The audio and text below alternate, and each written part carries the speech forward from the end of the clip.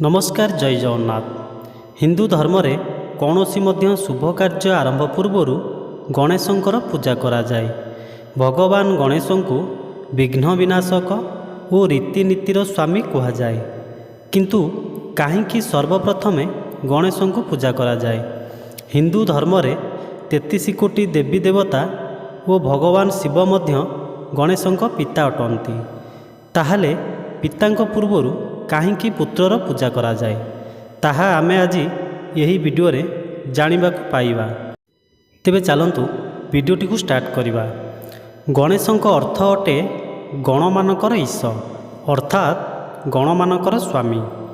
कौनसी पूजा आराधना एवं अनुष्ठान और शुभ कार्य रे असुविधा न हेबा पाई सर्वप्रथमे गणेशंकु पूजा करा जाए, तांकर कृपा प्राप्त करा जाए। ओम गणेशाय नमः स्तुति पाठ करा जाए। उचित अनुचित और कर्तव्य को ठीक भाव में जानिबा पाई सबु कार्य रे सर्वप्रथमे गणेशंक पूजा करा जाए। थरे समस्त देवी देवतांक मध्यरे लड़ाई आरंभ होईगला कि प्रथमे पूजा काहार करा जिवो, किए समस्त देवी देवतांक मध्यरु अग्र पूजा हेबो। यह देखि इंद्रदेव कहिले मु समस्त देवी देवतांक राजा अटे, प्रथमे पूजा मोर हेबा दरकार।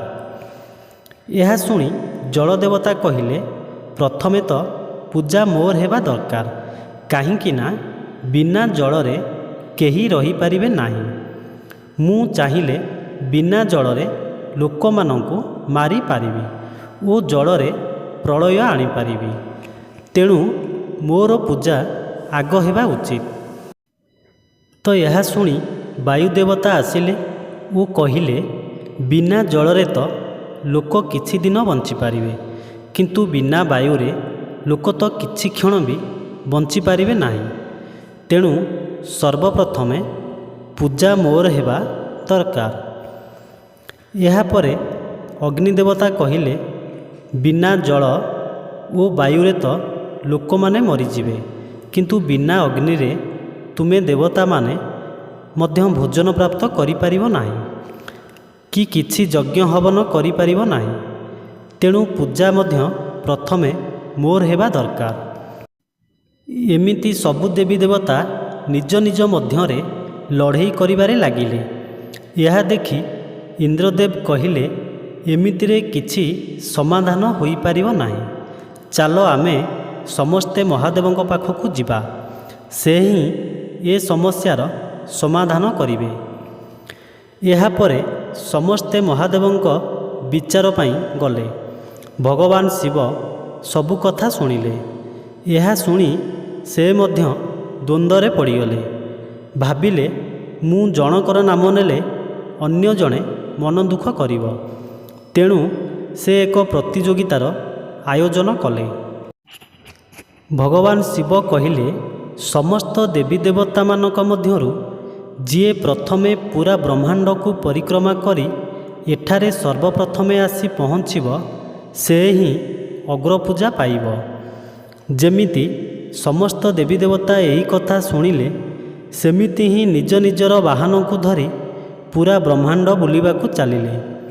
काहा पाखरे हाथी तो काहा पाखरे घोड़ा, पुणी काहा पाखरे मयूर तो काहा पाखरे सिंह।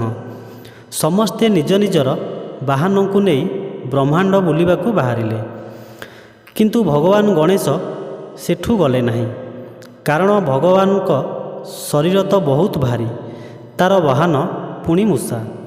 मूषा उपरे बसी पूरा ब्रह्मांड परिक्रमा करी पारिबे नहीं, तेणु भगवान गणेश सेठू गले नहीं।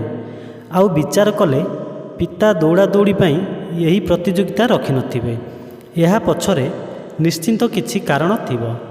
ओ भगवान गणेश तो बहुत बुद्धिमान, तेणु से तांकर वाहन मूषा को कहिले चल मोते मोर पितामाता चारिपाख बुलाइब। निज वाहन मूषा उपरे बसी भगवान गणेश तांकर पितामाता चारिपाख बुलिबाकु लागिले एवं 3 थर परिक्रमा करी हाथ जोड़ी छिड़ा हुई पड़िले। यह परे महादेव देखि कहिले अरे गणेश ତୁମେ କ'ଣ ଯିବ ନାହିଁ? ତୁମକୁ କ'ଣ ଅଗ୍ରପୂଜା ପାଇବାକୁ ଇଚ୍ଛା ନାହିଁ? ଗଣେଶ କହିଲେ, ପିତାଶ୍ରୀ, ମୁଁ ତ ପୁରା ବ୍ରହ୍ମାଣ୍ଡ ପରିକ୍ରମା କରିସାରିଲିଣି, ତା ପୁଣି ତିନି ଥର। ଏହା ଶୁଣି ମହାଦେବ ହସି ଗଣେଶଙ୍କ ଚତୁରତାକୁ ଜାଣିପାରିଲେ। ଯେତେବେଳେ ସମସ୍ତ ଦେବୀ ଦେବତା ପୁରା ବ୍ରହ୍ମାଣ୍ଡ ପରିକ୍ରମା କରିସାରି ଫେରିଲେ, ଭଗବାନ ଶିବ ଗଣେଶଙ୍କୁ ପ୍ରତିଯୋଗିତାର ବିଜେତା ଘୋଷଣା କଲେ। ଏହା ଦେଖି ସମସ୍ତ ଦେବୀ ଦେବତା ଆଶ୍ଚର୍ଯ୍ୟ ହୋଇ ଏହାର କାରଣ ପଚାରିଲେ।